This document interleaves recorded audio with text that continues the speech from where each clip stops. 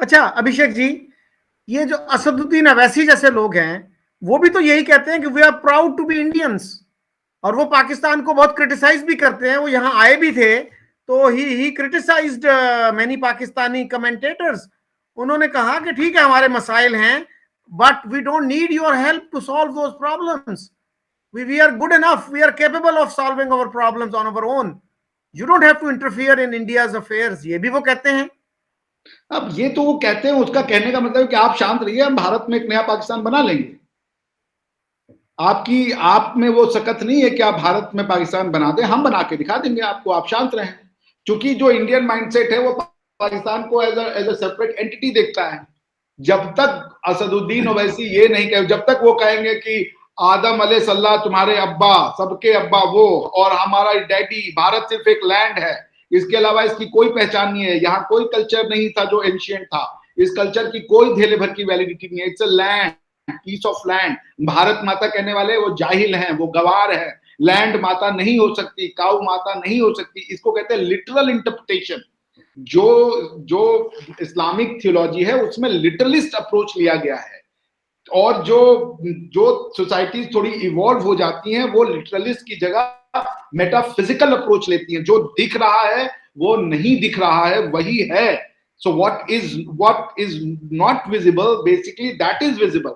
जैसे मैंने कुछ दिन एग्जांपल दिया था मिल्क और पानी का, तो मिल्क और वाटर में सिमिलैरिटी है कि दोनों ही फ्लूइड हैं, लिक्विड है। तो आप अगर उन दोनों को सेम समझ लें, just because their state as a matter is same, that means they are all liquid, they are all they both are fluid, तो आप कहेंगे सेम है, बिकॉज कि दोनों का एक ही स्टेटस है। भाई उनकी प्रॉपर्टीज अलग हैं, उनकी कैरेक्टरिस्टिक्स अलग है। तो आप अगर सीएए के कानून को कहेंगे कि ये जो है ये अनकॉन्स्टिट्यूशनल है, हम भारत में फंडामेंटल राइट का सारा चैप्टर एक्सेप्ट करेंगे, मगर हम जो जितनी भी ये यूनिफॉर्म सिविल कोड है इसको रिजेक्ट करेंगे, शरिया कानून की मांग करेंगे, तो आप में भारतीय तो नहीं बने। भारतीय होने का मतलब क्या है? उनके लिए भारतीय होने का मतलब है कि एक लैंड है, इस लैंड मास पे हम रहते हैं, जैसे यूरोप में है। यूरोप के लोग जब यूरोप के लैंड को देखते हैं तो वो सिर्फ अपना पीस ऑफ घर नहीं देखते हैं या पीस ऑफ लैंड नहीं देखते हैं, वो उस पे अपने बाप दादाओं की एक हिस्टोरिकल इवोल्यूशन देखते हैं कि यही रहे, यही बढ़े, यही मरे, यही हम हैं। जैसे आप अमेरिकन जो है वो कौन है? यूरोपियन है ना।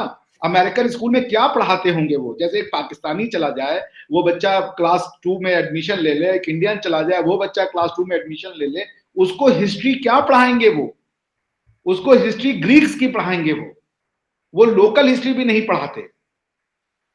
वो आपको, चूंकि वो यूरोपियन है तो वो ग्रीस से जोड़ते हैं, तो ग्रीस को मदर ऑफ डेमोक्रेसी कहते हैं। मैं पाकिस्तान के लोगों को ये इनवाइट करता हूं कि आप इंडियन बुक्स को पढ़ें, और वो बुक्स जो हैं वो कोई वो नहीं है रिलीजियस बुक्स। जस्ट इंडियन ने लिख दी, हिंदू ने लिख दी, doesn't make it an religious books. आप एशियन टेक्स्ट को पढ़ें और देखें कि यहाँ पे क्या लिखा हुआ है, एक वेलफेयर स्टेट की परिकल्पना क्या थी, ये सब चीजें मौजूद थी यहाँ पे। आप पढ़ के रिजेक्ट करें, बिना पढ़े बिना जाने कैसे आप किसी चीज को अब्यूज कर सकते हैं या रिजेक्ट कर सकते हैं? सो असदुद्दीन अवैसी और इस टाइप के लोग जो है दे कम इन पाकिस्तान, उनको लगता है पाकिस्तान में जाके पाकिस्तान की बुराई कर दो तो हमको इंडियंस लोग हैं वो, और ये इस तरीके से इंडियन खुश भी हो जाते हो पाकिस्तान की बुराई करने पे। बट मैं पाकिस्तान की बुराई भी अच्छा नहीं लगता मुझे तो। क्यों? क्योंकि देखिए, जैसे मेरे पाकिस्तानी दोस्त ने मुझसे एक बार कहा कि वो साउथ कोरिया में और नॉर्थ कोरिया के लीडर मिलने गए थे एक बार, अभी 3-4 साल पहले जब ट्रंप ने इनिशिएट किया था, तो दोनों आकर के अपना जो वो बॉर्डर है नो मैन लैंड जो है वहां पे आके शेक हैंड किए। तो उन्होंने मुझसे कहा देखिए ये लोग भी मिल रहे हैं, अब आप भी सीखिए कुछ। मैंने कहा मैं तो सीख लूं सरकार, मगर कोरिया टूटा तो नॉर्थ और साउथ कोरिया ही बना। मुल्क कई टूटे हैं, जर्मनी टूटा तो ईस्ट और वेस्ट जर्मनी ही बना। इंडिया पाकिस्तान दुनिया का पहला एग्जाम्पल है, जब भारत टूटा तो उसके से जो अलग हुआ वो भारत नहीं बना। वहां पे हर चीज जो है वो भारतीय नहीं है। भाई आप बने हैं डिवीजन ऑफ इंडिया से, कोई क्रिएशन ऑफ लैंड नहीं है, वो डिवीजन ऑफ लैंड है। Partition is different from creation of a state. So आप जब पार्टीशन में आए हैं तो जब एक तरबूज के दो टुकड़े होंगे, दोनों तरबूज ही होंगे, एक टुकड़ा आम नहीं हो जाएगा। तो आप उसको east Pakistan, west east India, waste India कह सकते थे, मगर आपको इंडिया से प्रॉब्लम, इंडियन आइडेंटिटी से, इंडियन आइडेंटिटी का मतलब एवरीथिंग विच वाज इंडियन आपको वो बुरी लगी, आपने इंडिया को रिजेक्ट किया, आपने कंस्ट्रक्ट आर्टिफिशियल एंटिटी क्रिएट कर दी जिसको अब आप नहीं एक्सप्लेन कर पाते कि ये है। और ये जब आप एक ऐसे सिचुएशन में लग हैं, जब आपको कोई ऐसी बीमारी है जिसका आपको इलाज ही नहीं पता, आपको पता ही नहीं कि वो बीमारी भी है, आप उससे सफर कर रहे हैं, आप देख रहे हैं कि दुनिया में कोई आपका नैरेटिव नहीं खरीद रहा है, दुनिया में कोई आपको समझ नहीं पा रहा है, तो आप सब में कीड़े निकाल रहे हैं। ये हिंदुस्तानी हमको जो है वो बदनाम कर रहे हैं, तो कोई लीक्स निकल के आ जाएगा, तो अमेरिकन हमसे हमें धोखा देगा, सब धोखा दे रहे, कोई भी समझ नहीं पा रहा आपको, क्योंकि आप खुद को नहीं समझ पा रहे। आप कौन हो, आप कभी टर्क हो, कभी अरब हो, आप कौन हो ये आप ट्राई, आप कौन नहीं हो इसको लेके आप सर्टेन हो। You are certain in one thing, we are not Indian, we may be anything else but Indian. और जब तक ये आप करेंगे तब तक आपको पीस नहीं मिलेगा। आप कर लें, जो करना है कर लें, जब तक आप थ्योरेटिकल रिविजिट नहीं करेंगे। पाकिस्तान एक रियलिटी है, इसको मैं मानता हूं। पाकिस्तान में अक्सर कहा जाता है कि वो हिंदुस्तानियों ने तो कभी माना ही नहीं कि पाकिस्तान है। इस the fact of the matter is reverse. आपने कभी नहीं माना कि भारत एक रियलिटी थी, एक एंशिएंट सिविलाइजेशन था, एक एंशिएंट पॉलिटिकल सिस्टम था, एक एंशिएंट कल्चर था। आप इसको मानना ही नहीं चाहते। आप सोचते हो यहाँ पे बैंडिट्स रहते थे, यहाँ पे बनमानुस रहते थे, ओरंगुटैन रहते थे, और जो भी आया वो फिर मीर कासिम के, क्या नाम था वो कासिम जो थे, जो आए थे अरेबिया से, उनका नाम मैं भूल रहा हूँ, मोहम्मद बिन कासिम। मोहम्मद बिन कासिम, वो लेकर के आए भारत में हमें सिविलाइज करने के लिए। भाई ऐसा नहीं है, भारत ने सबको सिविलाइज कर दिया। भारत में आकर के इस्लाम कुछ क्षेत्र तक भारत को लेके गया, सिंध पाकिस्तान बन गया और ये चीजें, पंजाब टूट गया, लेकिन भारत के बाकी लोगों ने रेजिस्ट कर दिया। आप हमको नहीं बेच पाए वो थ्योरी जो आप हमको बेचना चाह रहे थे, उसका आपके पहले भी ये आ चुकी थी हमारे पास। उसका रीजन ये था कि India had a theory, good और bad, but it had a theory which was much much superlative. वो थ्योरी तीनों ही है, उन तीनों में कोई सच्चाई नहीं है, या बट वो थ्योरी की फंक्शनैलिटी में जो थ्योरी इंडियन थ्योरी है वो आज वो सर चढ़ के बोलती है। आप सर्न में जाएं, जो गॉड पार्टिकल जो वो ढूंढ रहे हैं, आप वैदिक फर्स्ट वो लीजिए, क्या नाम है, जो सूत्र है, उसी के आधार पे वो उसको कहते हैं कि जो गॉड पार्टिकल है, जिसको बाद में बोसॉन हिग्स पार्टिकल कहा गया, यानी कि वो ये बोल रहे थे कि एक एटम मास कैसे गैदर करता है, तो वो एक हिग्स एरिया का, एक हिग्स करके एक फिजिसिस्ट थे, उन्होंने कहा कि एक पर्टिकुलर एरिया होता है जिसमें एटम, जब मैटर पहली बार एटम के रूप में जाता है, तो वो उस एरिया में आने के बाद मास गैदर करने लगता है, जिसका सर्च में अभी सर्च चल रहा है। मैं ये नहीं कह रहा हूं कि ये वेदों का है तो ये सुपीरियर हो, वेद इंसानों ने लिखा था, वो नहीं जानते थे कि भाई हम हिंदू होंगे, मुसलमान, वो दुनिया का, मैं एक इंसान था, 7.5 बिलियन लोग हैं दुनिया में, उनमें से एक कोई इंसान था, वो आप उसको अपना ही नहीं मानना चाहते। वो भाई सब इंसान सब हैं, हम सबकी रेस्पेक्ट करते हैं, वो भी किसी इंसान ने लिखा, उसको इंसान ही समझ के एक्सेप्ट कर ले कि हम में से एक था। बस यही करना है।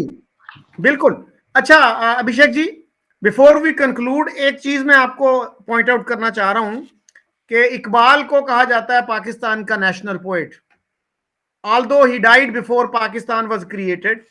तो इंडिया में बहुत सारे लोग ये चाहते थे कि उनकी जो पोएम है, सारे जहां से अच्छा हिंदुस्तान हमारा, हम बुलबुलें हैं इसकी, ये गुलिस्तान हमारा, वो नेशनल एंथम हो।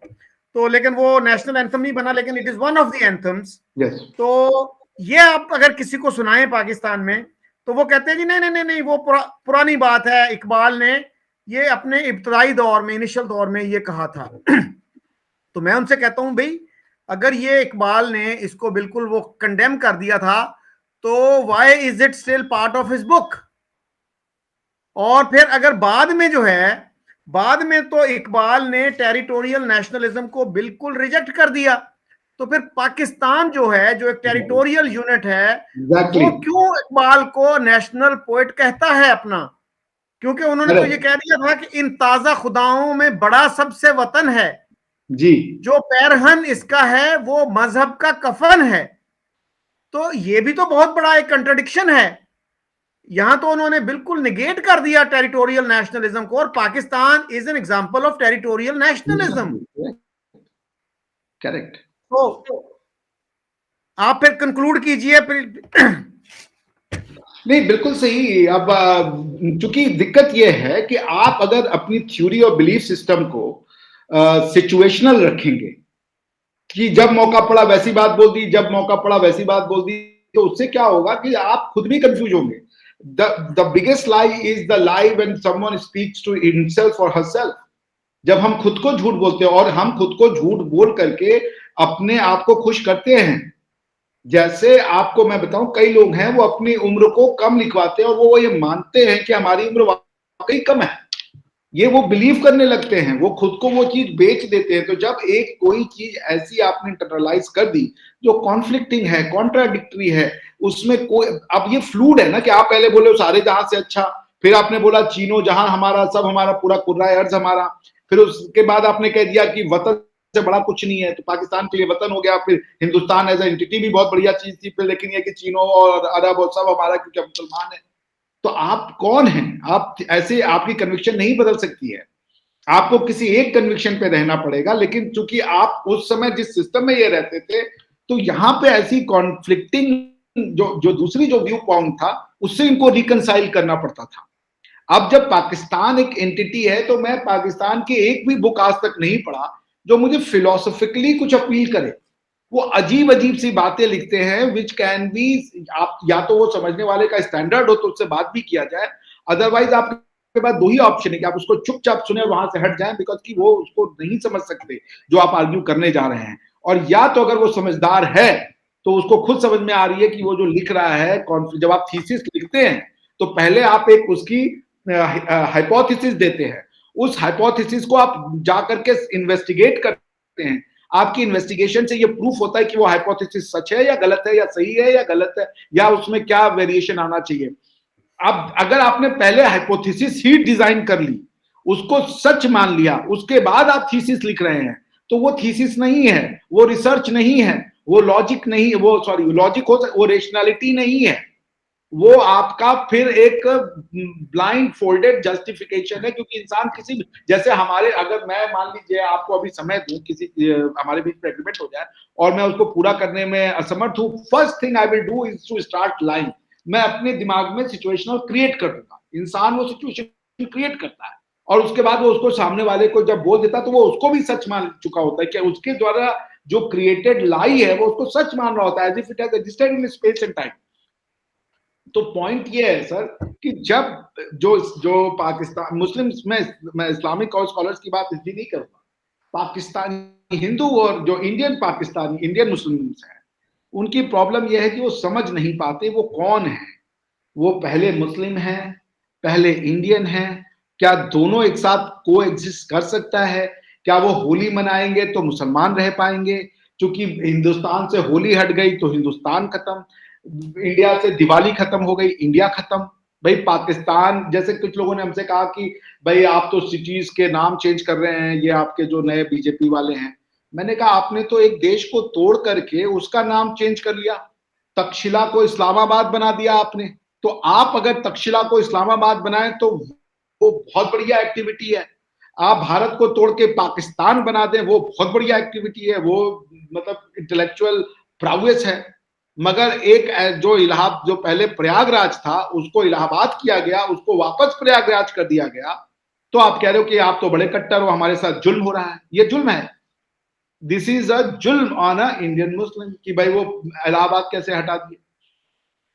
तो वो उस कंस्ट्रक्शन का शिकार है, वो उस इल्यूजन में और डिल्यूजन में रह रहे हैं जिसको कोई नहीं ठीक कर सकता। वो सामने वाले को एक थ्रेट परसेप्शन के रूप में देखते हैं। जैसे कि जब किसी को वो हो जाता है ना, वो एक बीमारी है जिसमें सामने वाला हेल्यूसिनेशन होता है उसको, कि सिजोफ्रेनिया। जब किसी को सिजोफ्रेनिया हो जाए, वो चीज देखे जो हो ही नहीं रही है मगर उसको सच लगती है।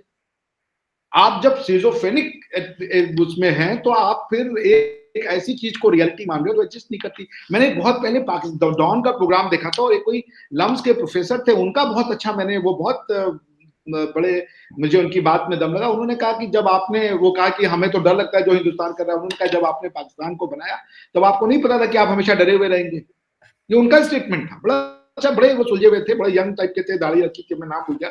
वो डॉन का एक प्रोग्राम आया था, इमेजिन फियर या समथिंग करके, वो इंडिया पाकिस्तान के रिलेशनशिप पे। सो आप अगर चाहते हैं कि इंडिया और पाकिस्तान का रिलेशनशिप अच्छा हो तो आपको सिर्फ 3 चीजें करनी है।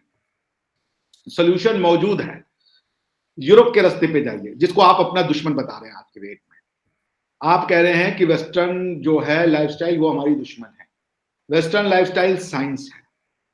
वेस्टर्न लाइफ, उसमें आप उनके सोशल चीजों पे मत जाए ना, आप उनको फ्रीडम नहीं देना चाहते अपने लोगों को, मत दीजिए। लेकिन वेस्टर्न थॉट प्रोसेस, जब इंसान को आप फ्री करेंगे तो जब सोचेगा इंसान तो फ्री होगा, जब इंसान सोचेगा नहीं तो वो फ्री नहीं होगा। वो फ्री कोई आदमी स्लेव या फ्री अपने दिमाग में होता है। जब उसको अपनी ताकत का अंदाजा लग जाता है तो वो फ्री हो जाता है, उसको कोई चीज डर नहीं रहता। लेकिन जब आपने दिमाग में डरे हुए हैं तो आप हर चीज से डरे रहेंगे। आपको जो आपका डर है वो बाहर नहीं है, आपके फियर आपके अंदर है। उस फियर को रिविजिट कीजिए, अपनी जो पॉलिटिकल रियलिटी है उसको रिविजिट कीजिए, कल्चरल आइडेंटिटी को सिंक्रोनाइज कीजिए। साउथ कोरिया टूट के साउथ कोरिया और नॉर्थ कोरिया बनेगा, जर्मनी टूट के ईस्ट और वेस्ट जर्मनी बनेगा, सूडान टूट के साउथ और नॉर्थ सूडान बनेगा। ये कितनी बड़ी बात है। इसमें क्या आपको करना है? आपको नहीं पूजने हैं इंडियन गॉड, मत पूजे, रिजेक्ट करें उनको, मिट्टी डालें इनके ऊपर, आप अपने यमन जी, अभिषेक जी, यमन भी जो है, यमन जब 2 हिस्से हुए थे तो नॉर्थ यमन था और साउथ यमन था। यस, आप सारी दुनिया, इवन मुस्लिम्स अपनी है भाई। टर्की, तुर्कमेनिस्तान एशिया में है, उन्होंने तुर्की बना दिया यूरोप में। वो अपनी आइडेंटिटी नहीं भूले, वो जाके अपने आप को ग्रीक या साइप्रस नहीं कह रहे हैं या अरब्स नहीं कह रहे हैं। अरबों ने दुनिया को इस्लाम दिया, वही इस्लाम उनके मत्थे पड़ गया, क्योंकि उसी के का नाम लेकर के तुर्कों ने उन्हीं को गुलाम बना दिया। तुर्कों ने ऑटोमन एम्पायर में तो उनको ठीक ठाक बजा के रखा ना, अरबों को उन्होंने तो पॉइंट क्या है कि तुर्की कौन है? अब ज्यादातर लोग तुर्क एक क्या यूरोपियन आइडेंटिटी है? नहीं है। आज भी यूरोपियन यूनियन का मेंबर नहीं मानते उनको यूरोप के लोग। वो जानते हैं कि आप तुर्कमेनिस्तान से आए हो, जिसको आप तुर्की से दोस्ती रखते हो, लेकिन आप ये जो उग्र मुस्लिम हैं, जो तुर्की मुस्लिम है, तुर्कमेनिस्तानी है, वो उनके लिए आप कुछ नहीं बोलते। तो पॉइंट ये है कि तुर्की भी अपनी आइडेंटिटी नहीं छोड़ा। आप में दुनिया में एकमात्र ये पाकिस्तानी है जो अपनी आइडेंटिटी छोड़ चुके हैं। और अब दिक्कत ये है कि सोशल मेंटेलिटी ऐसी है कि अगर मैं उनको ये बात कहूं तो वो उसको काउंटर इंट्यूटिव हो जाता है। वो ये सोचती है ये मेरी हार है अगर मैं एडमिट कर लिया। अगर मैं आपको आर्गुमेंटेटिवली कन्विंस कर ले जाऊं, आप थोड़े इंटेलेक्चुअल हैं, तो आप फिर इसको रश्क से देखेंगे, यार ये मुझसे ओवर स्मार्ट कैसे बन गया, इसने मेरी चीज को कैसे गलत कर दिया। पॉइंट ये है कि फिर आप जैसे लोग हैं वो कम होंगे। नॉर्मल जो इवन पढ़ा लिखा भी होगा, क्योंकि पढ़ना लिखना क्या होगा, आपको स्किल हासिल किया हो, मेडिकल की स्किल, इंजीनियरिंग की स्किल, लॉ की स्किल, इससे कुछ नहीं होता। मेंटल फ्री होने के लिए आदमी को किसी डिग्री की जरूरत नहीं होती। बाबा बुल्ले शाह बनने के लिए आप खुद ही कहते हैं कि आप जिस पैगंबर को मानते हो वो तो अनपढ़ थे, यही आपका क्लेम है ना। तो पढ़ाई लिखाई की तो कोई फर्क नहीं पड़ता। पॉइंट यही मैं कहूंगा फिर से कि मेजर इरिटेंट है वो थ्योरी है। बाकी ये सब चीजें कि वो वहां पे हमें बदनाम कर रहा है, वो वहां बदनाम कर रहा है, ये सब चीजें आयरन आउट हो जाएंगी जब हम एक दूसरे को समझ रहे होंगे। ये तो एक परिवार में भी होता है। लेकिन जब तक आप ये देखोगे, जब जैसे आपके शाह महमूद कुरैशी साहब ने CNN या BBC को एक इंटरव्यू दिया, उसमें उसने पूछा कि आपको क्या लगता है, वो किसी इजराइल उस समय अटैक कर रहा था या क्या था, तो उन्होंने उस एंकर को बोला कि Jewish has deep pockets, so they are controlling media। वो हैरान हो गई वो एंकर कि ये आप बोल क्या रहे हैं। तो वो ऐसा नहीं है कि शाह महमूद साहब बड़े नाइफ हैं, वो उनको रियलिटी में लगता है ऐसा। तो जो लग रहा है वो बोल रहे हैं, तो जो वो बोल रहे हैं समाज, बाकी सोसाइटी उसको समझिए भाई क्या बोल रहे हो आप। तो वो एक कॉन्फ्लिक्ट में है कि गलत कौन है, और वो कैसे समझे कि जो वो बोल रहे हैं वो गलत है। तो it's a counter intuitive situation in that dilemma Pakistan is. कि वो किसको छोड़े। अगर वो अपनी रिलीजन को छोड़ देगा, टू नेशन को छोड़ देगा, तो वो तो हिंदुस्तान बन के रह जाएगा और क्या बचेगा फिर।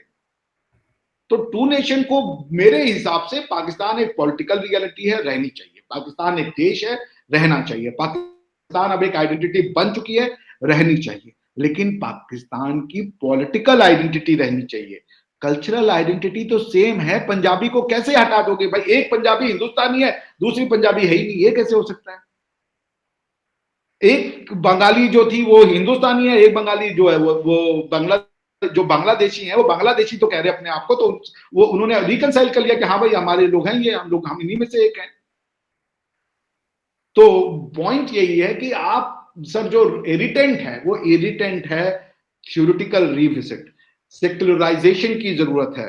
रिलीजन को सिर्फ और सिर्फ शादी ब्याह के लिए, काजी साहब के द्वारा ये कहने के लिए कि कबूल है, फातिहा पढ़ने के लिए, और कोई घर में अगर गृह प्रवेश हो रहा है तो कुछ आकर के पूजा पाठ जो भी आप करते हैं मुझे नहीं पता, वो करवाने तक महदूद करें। वो आपकी पॉलिटिकल आइडेंटिटी नहीं बननी चाहिए, वो आपकी कल्चरल आइडेंटिटी नहीं बननी चाहिए, वो सिर्फ आपकी स्पिरिचुअल आइडेंटिटी बननी चाहिए।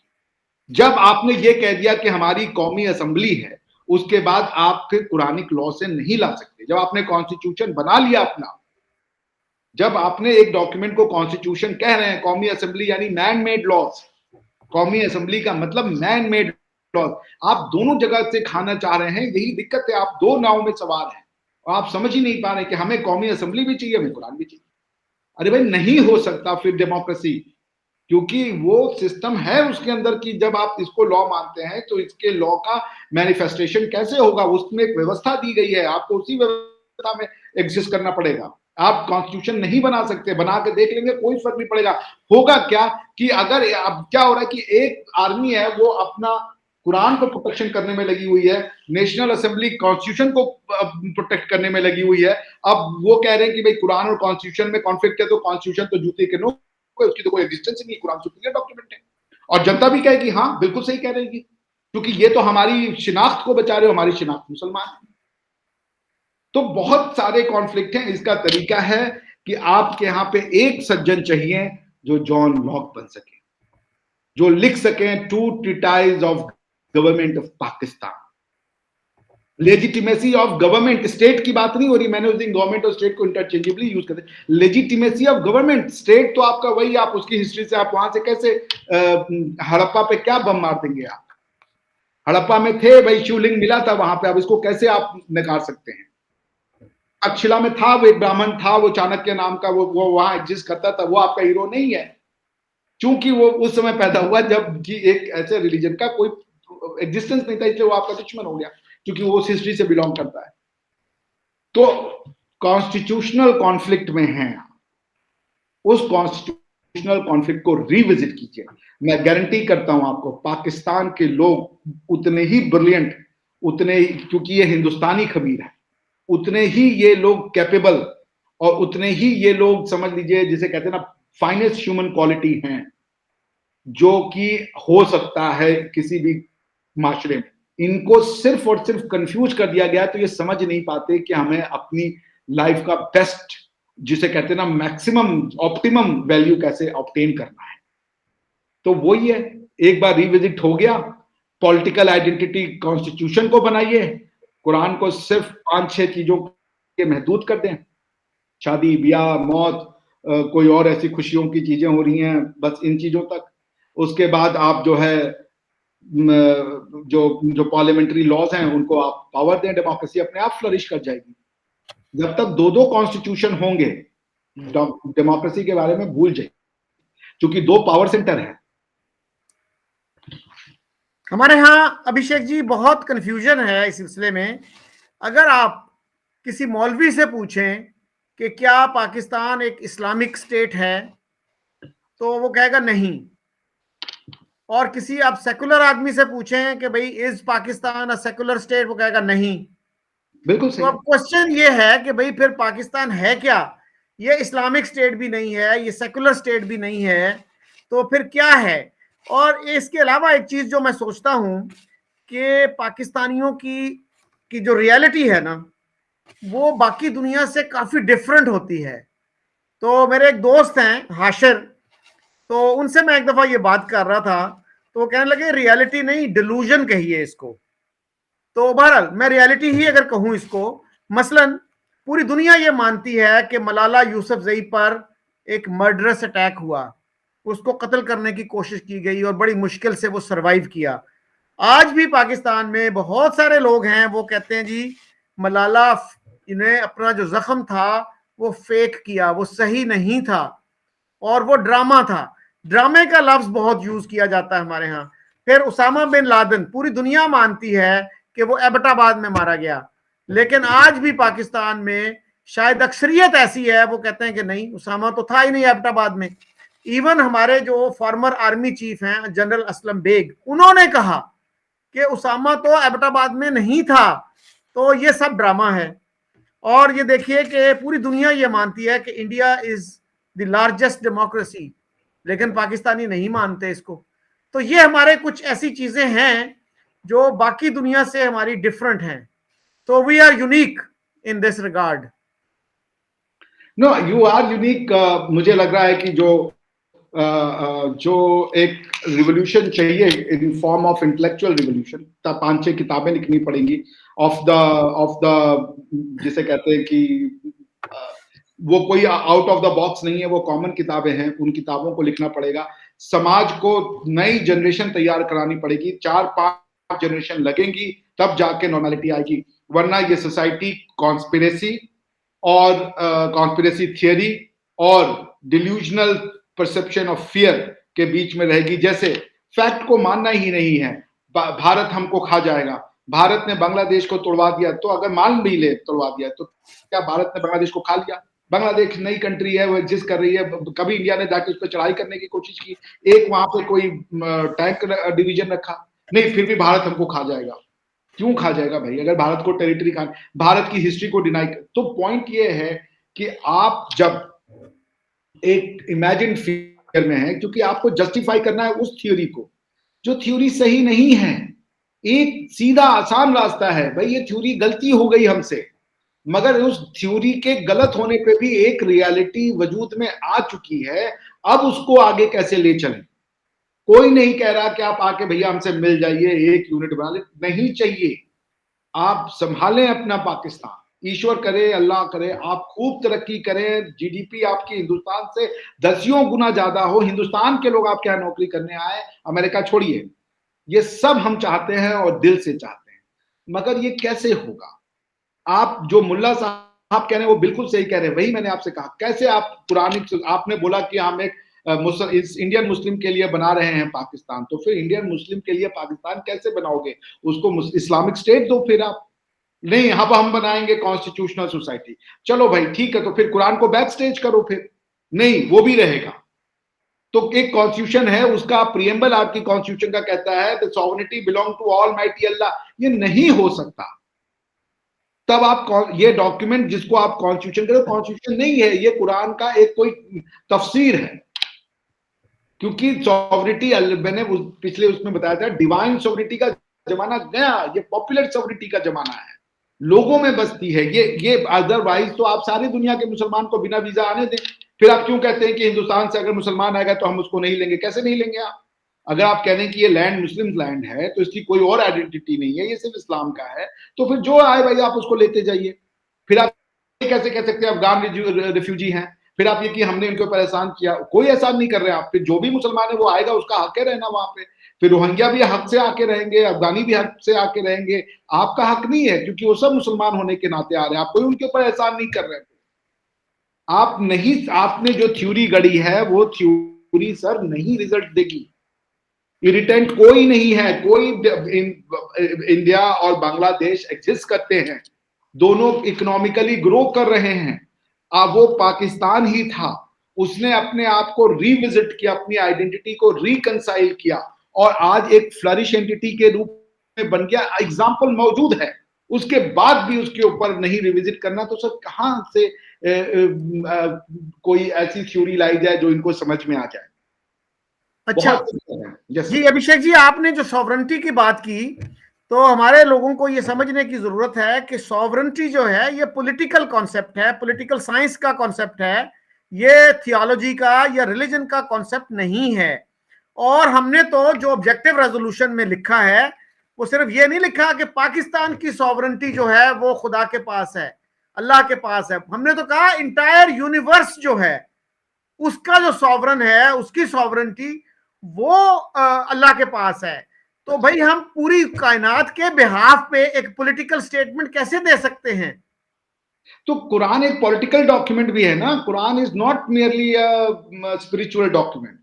कुरान एक मिलिट्री बुक है।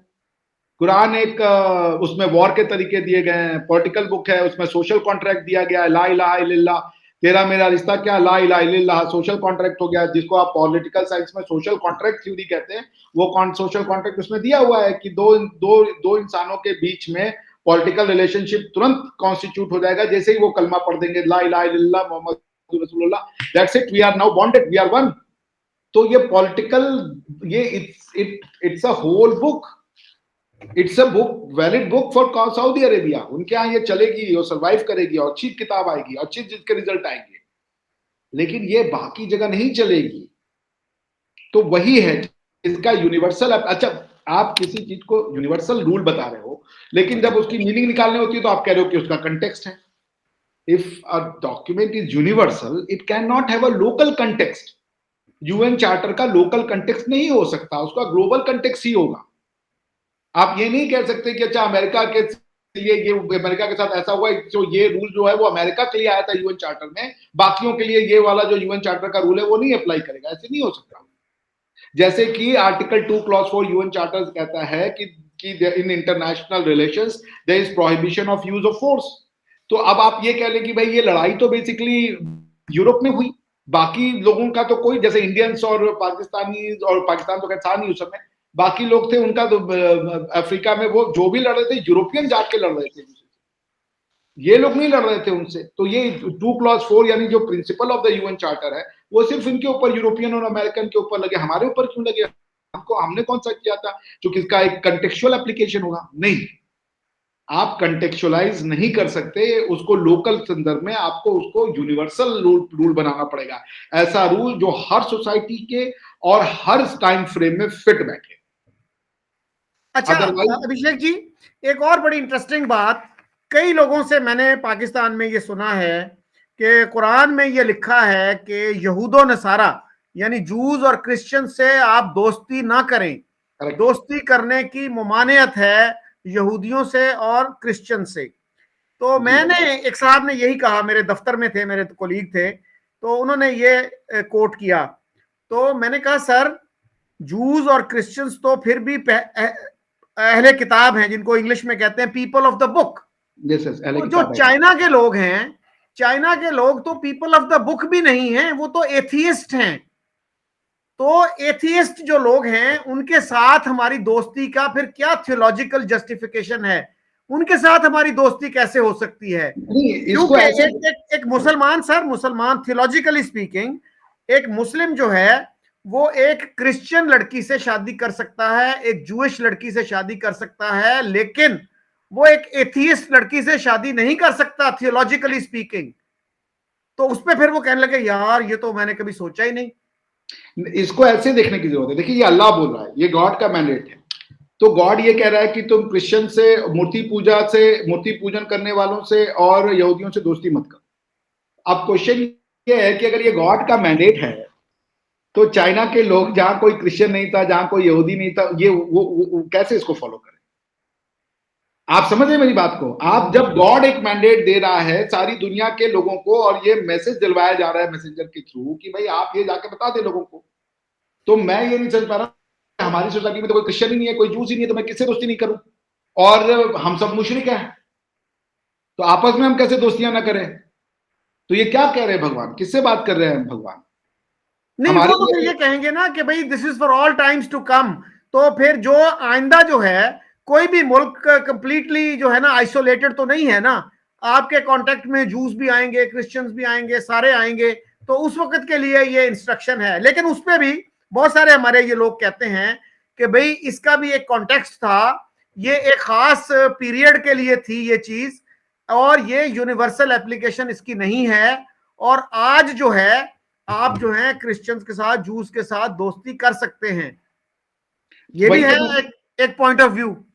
यही तो मैं कह रहा हूं, चूंकि इतने सारे इंटरप्रिटेशन पॉसिबल हैं, इतने सारे, एक इंटरप्रिटेशन मेरा आ गया, आपका दो इंटरप्रिटेशन आ गया, कौन सा सही है? ये तो एज अ जज, जब मैं चूंकि लीगली ट्रेंड माइंड हूं, तो ये जुडिशरी में यही काम होता है जजेस का, कि दो रूल्स के बीच में अगर कंस्ट्रक्शन की प्रॉब्लम है, या एक रूल का जो एक डॉर्विन की बड़ी सॉरी डॉर्किन एक लीगल वो स्कॉलर है, उन्होंने एक आर्टिकल लिखा था हार्ड केसेस, यानी कि ऐसा फैक्ट जिसमें जो रूल ऑफ लॉ जो है वो डिजायर रिजल्ट नहीं देता या एब्सर्ड रिजल्ट देता है, ऐसे केसेस को कैसे सॉल्व किया जाए। तो पॉइंट उनका उसमें, फिर वो दूसरी थ्योरी लगा, तो मैं उस पर नहीं आता हूं। मैं पॉइंट क्या कह रहा हूं, जब एक मैंडेट के इतने सारे इंटरप्रिटेशन पॉसिबल हैं, तो सर क्वेश्चन ये उठता है कौन सा सही है। और ये जब अब मैं क्यों मान लूं कि जो शकील सर कह रहे हैं सही है, मैं अपने आप को इंटेलेक्चुअल, फिर क्या हो, इंटेलेक्चुअल मानता हूं, फिर क्या होगा कि फिरके बनेंगे, मैं अपना मसलक अलग कर लूंगा कि भैया नहीं नहीं नहीं नहीं, नहीं, ये शकील जी कह रहे हैं, शकील सर कह रहे हैं, ये गलत है, मेरी इंटरप्रिटेशन सही है। ये क्योंकि मैंने कहा ना, जो कॉन्स्टिट्यूशन में इसीलिए जुडिशरी की व्यवस्था होती है जिसका काम है सिर्फ इंटरप्रेट करना, वो ये बताएगा दुनिया को, यानी कि उस पर्टिकुलर कॉन्स्टिट्यूशनल सोसाइटी में बाकी ऑर्गन्स ऑफ द स्टेट को, कि तुम जो काम कर रहे हो वो कॉन्स्टिट्यूशनल है या नहीं है।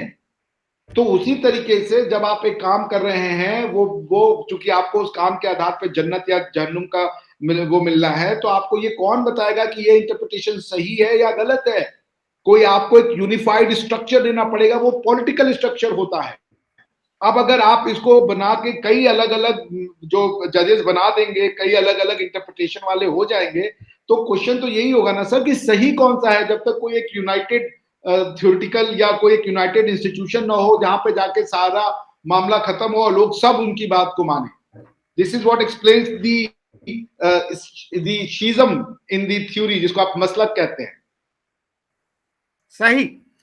तो अभिषेक जी, काफी वक्त हो गया है, तकरीबन 1.5 घंटा हो गया है, जी तो सर। मेरा ख्याल है इसको कंक्लूड किया जाए। यस सर, आप कह लें पहले। हाँ, मेरे ख्याल में बड़ी अच्छी डिस्कशन हुई, और मुझे उम्मीद है कि इंडिया में, पाकिस्तान में और बाकी मुल्कों में भी, जहां जहां पे भी साउथ एशियन डायस्पोरा है, वो इस डिस्कशन पे अपनी राय दें, और इससे ही मेरा ख्याल है इस तरह आगे को रास्ता निकलेगा। और हमें ओपनली डिस्कशन करनी चाहिए, डिबेट करनी चाहिए, और जमहूरियत का तो हुस्न ही ये है कि उसमें फ्री डिबेट की इजाजत होती है। फ्री डिबेट से ही डेमोक्रेसी फ्लरिश करती है। जी। मेरा भी यही है कि हम दोनों जो देश हैं, दोनों मुल्क हैं, इनके बीच में तफरीके जो हैं, ये जो इतनी वैमनस्यता है या जो इतनी दुश्मनी है, ये कम हो। हम दो देश रहें, एक दूसरे से पॉलिटिकल एंटिटी रहें, कनाडा अमेरिका की तरह पीपल टू पीपल कांटेक्ट बढ़े, आपस में एक दूसरे को अंडरस्टैंडिंग बढ़े, हम एक दूसरे की मान्यताओं का एहतराम करें और फ्लरिश करें। पाकिस्तान के लिए मेरी यही दुआ है, हमारे सब हिंदुस्तानियों की तरफ से, कि आप लोग बहुत आगे बढ़े, पॉलिटिकली, इकोनॉमिकली, फाइनेंशियली, मिलिटरीली, आप जिस तरीके से भी बढ़ना चाहते हैं, आप उसमें खूब ग्रो करें। और ये डिबेट आपको छोटा दिखाने के लिए, अपने आप को बड़ा दिखाने के लिए कतई नहीं है। हमारी सिर्फ और सिर्फ जो एक इंसान के पैदा होने का मतलब है कि आप अपनी दिमाग का जो बेहतरीन इस्तेमाल कर सकते हैं वो करें, वरना इंसान वेजिटेबल बन के रह जाएगा, जिसको हम वेजिटेटिव स्टेट कहते हैं। तो हम और शकील जी का यही प्रयास है कि हमारी बीच की दूरियां घटे, और हम दो अच्छे पड़ोसी मुल्कों की तरह कनाडा अमेरिका से भी परहैप्स बेहतर बने। ऐसा बॉर्डर हो जहां कोई पुलिस ना हो, जैसे इंडिया नेपाल का है या म्यांमार का है, थोड़ी बहुत एक दो पुलिस हो, या कनाडा अमेरिका का है, फ्रांस और स्विट्जरलैंड का है, इस टाइप की एक सोसाइटी की हम संरचना करें। और आप सबको हमारी शुभकामनाएं। इसी कंटेक्स्ट में हमारे डिबेट को देखें, कोई अटैक किसी के बिलीफ सिस्टम पे नहीं है, कोई अटैक, हम सबका एहतराम करते हैं। हम सिर्फ एक इंटेलेक्चुअल एक्सरसाइज कर रहे हैं जितनी हमारी एबिलिटी है। Thank you sir. Thank you. Thank you sir. Thank you sir.